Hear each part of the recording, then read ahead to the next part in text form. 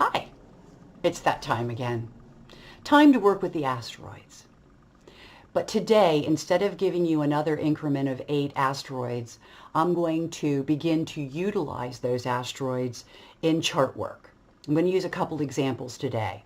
I also wrote an article on my website using Mercury and the Sun as well as the Ascendant for the asteroids at divinationcounselingservice.org. And as always, if you want further information on the asteroids or the trans-Neptunians, check out either divinationcounseling.org or marthalangwestcott.com, my teacher. So today, I want to look at mostly the angles of the chart. So before we begin, I'd like to point out that when we're doing chart work, solar returns, lunar returns, natal charts, we're working with a 10-degree orb. So you take your ascendant, if it's 10 degrees of Taurus, you would start at 0 degrees of Taurus and run all the way to 20 degrees of Taurus to gather all of the asteroids associated with that particular angle. So with that said, I'd like to point out that today's examples will be examples that are within 2 to 3 degrees, some of them even closer, because the closer the asteroid is to the angle, the more visible it will be in the person themselves and in their lives. So, without further ado, I'm going to start with several examples of clients that I have. These particular clients, each of them, and there are many, I've been doing this for 40 years. Sometimes I think about that and it's quite staggering. The irony is that the handful of clients I'll be using today, for example, have all been with me in excess of 25 years. So I know the charts really well, and it was really easy to go in there and dig out a few examples that I could share with you. Also, each of these individuals, though I will never mention their name or their birth information due to privacy, are all familiar with the fact that I do this work, and they have all given permission to use their work for examples when I'm writing or speaking. So with that said, I'm going to start with actually a trans-Neptunian. I've known several. So sometimes because of the work that I do, I have more than one example. And this is true of this particular case. So I'm looking at Admetus at the Ascendant. And think about what we know about Admetus. Well, rocks, boulders, rural landscapes. So you get the idea that a person who had Admetus at the Ascendant might be very firm. They might have the ability to persevere. They could even be built like a rock.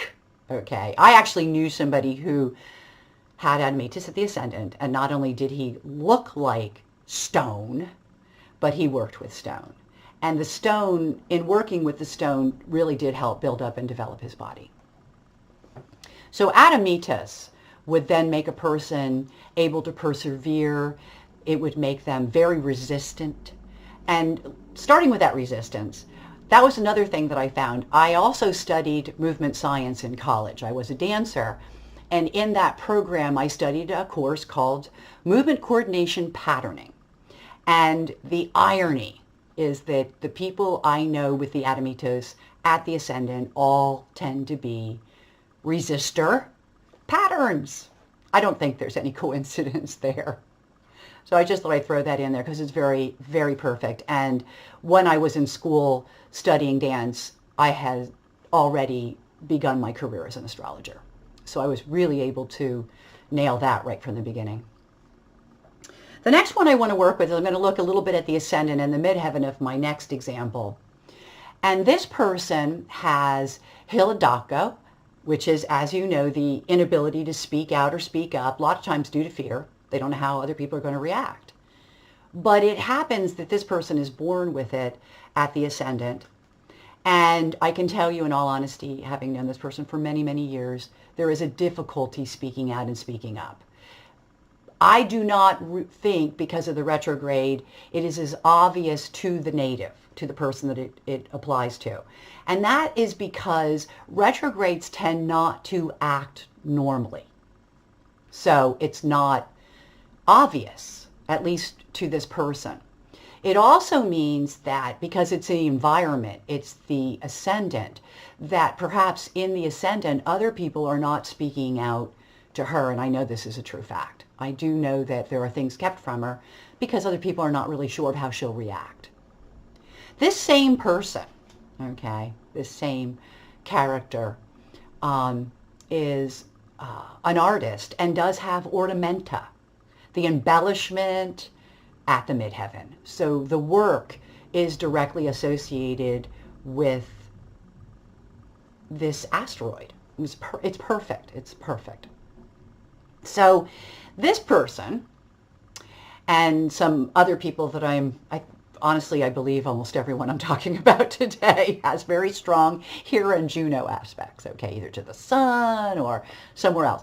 So I want to look at Juno in all 4 angles because Juno, maybe because I'm an astrologer and it's the one-on-one concept, but it does seem that strong Juno, I've seen a lot of them. When they're at the ascendant, they work a little bit like the sun, a person who strongly needs a partner, who doesn't do anything in life by themselves, generally with somebody else, always. There could be a great deal of scorekeeping in those relationships, but they just don't do anything alone. The midheaven is probably an accountant because of the concept of expenses versus income. That's Juno. But also the idea of working one-on-one. It's very clear in the midheaven when there's a Juno. It means they could also have a business partner as well, because that also applies to Juno at the midheaven. Juno at the IC works a little bit like Juno at the ascendant or Juno at the sun, but different. Because here, they only have to live with somebody else. They're not as dependent on them in other fractions of their life. But there is a dependency on living with at least one other person. In this case, it doesn't have to be a significant other. It can be truly platonic, but there would be a camaraderie or a partnership. It could also be just a lover. These people do not have to be married. Juno at the descendant is something I have seen many times in lunar returns and solar returns, and that is when you're involved with someone who is confessing a lot about their own relationship. So whenever you see that, particularly in a predictive chart, you're going to be dealing with somebody who's dealing with their own relationship, and you might be their sounding board, if nothing else. So if you have Juno at the descendant, look at the relationships of other people, because that's what that is trying to tell you. So enough of Juno, and that gives you an idea of how we use these at each of the angles. So I'd like to look at yet another chart, both the ascendant and the midheaven. In this particular case, I'm looking at an ascendant that has Astraea. Yep, she has pretty eyes. And I would tell you that her pretty eyes probably helped her through life a great deal. Even though it's retrograde, she may not be aware of it. She also is charming, so she would tell you it's her charm. I would tell you from what I see, it is also her eyes, okay?